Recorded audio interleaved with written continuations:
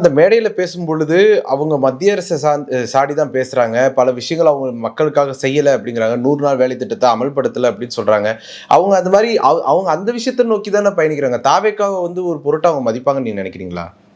சனாதனத்தை பற்றி பேசிய துணை முதலமைச்சர் உதயநிதி தமிழ்நாட்டில் வழக்கு தொடுத்தார்கள், உத்தரகாண்டிலே வழக்கு தொடுத்தார்கள், உத்தரப்பிரதேசத்தில் வழக்கு தொடுத்தார்கள், ஏன் பீகாரிலே வழக்கு தொடுத்தார்கள், டெல்லியிலே வழக்கு தொடுத்தார்கள், மகாராஷ்டிராவிலே வழக்கு தொடுத்தார்கள், கொல்கத்தாவிலே வழக்கு தொடுத்தார்கள்.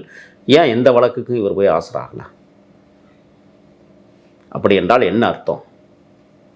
கள்ளக்கூட்டணி வைத்துக்கொண்டு மறைமுகமாக கள்ள தொடர்பை வைத்துக்கொண்டு பாரதிய ஜனதாவோடு அங்கலாய்த்து என்ன முகாந்திரம் இருக்க? ஒரு வழக்கில் நீங்கள் வந்து சிக்கினீங்கன்னா நீங்கள் அல்லோலப்படாது தெரியுமா உங்களுக்கு? நான் சிக்கியிருக்கிறேன். 15 நாளைக்கு ஒரு தடவை நீதிமன்றம் வர சொல்லுவான். பிணை கொடுத்தா டெய்லி போய் காவல் நிலையத்தில் கையெழுத்து போன உதயநிதி செய்த வரலாறு உண்டா? எந்த நீதிமன்றத்தில் போய் ஆசராக இருக்கிறார்?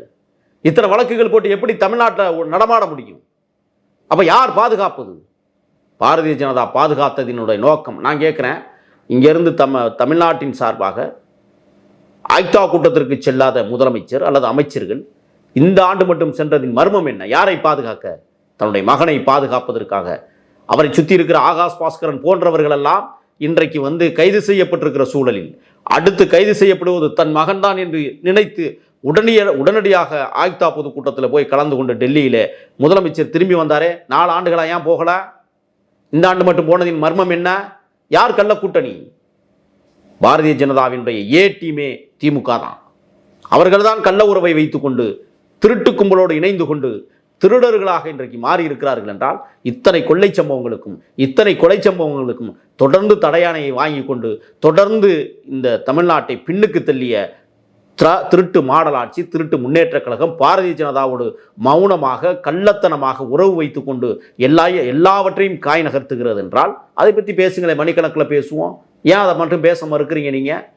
அப்போ இந்த ஆட்சியை விரட்டுவதை தவிர எங்களுக்கு வேற வழியே இல்லைங்கிற ரீதியில் தான் இன்றைக்கி நாங்கள் களத்தில் நிற்கிறோம். ஒன்றே ஒன்று தெரிஞ்சுக்கோங்க, மத்திய அரசை கேள்வி கேட்பது போல கேள்வி கேட்டு நடித்து கொண்டிருக்கிறார்கள். இவர்கள் நாடகம் ஆடுகிறார்கள். 5 லட்சம் கோடியை கொள்ளையடித்து வைத்திருக்கிறார்கள். 5 லட்சம் கோடி இந்த ஆட்சியில் 5 ஆண்டு காலத்தில் 1 லட்சம் கோடி ஒரு வருஷத்துக்குன்னு சொன்னால் 5 வருஷத்துக்கு 5 லட்சம் கோடியை எங்கே? நான் தான் இப்போ காட்டினேனே, தார் சாலை பெயர்க்கப்பட்டிருக்கிறது. 16 கோடி செலவில் பாலம் கட்டப்பட்டு தண்ணீரிலே அடித்து செல்லப்பட்டிருக்கிறது. எந்த கட்டிடமாவது சரியாக இயங்குகிறதா? எல்லாவற்றிலும் கொள்ளை, கூட்டு கொள்ளை. அரசு பயங்கரவாதமும் அரசியல்வாதிகளும் சேர்ந்து கொண்டு இந்த கூட்டுக்கொள்ளையை நடத்தி கொண்டு தமிழ்நாட்டை சுரண்டி கொடுக்கிற கூட்டமாக இன்னைக்கு இருக்கிறது என்றால் அப்புறப்படுத்தப்படுவதை தவிர வேறு வழி இல்லை.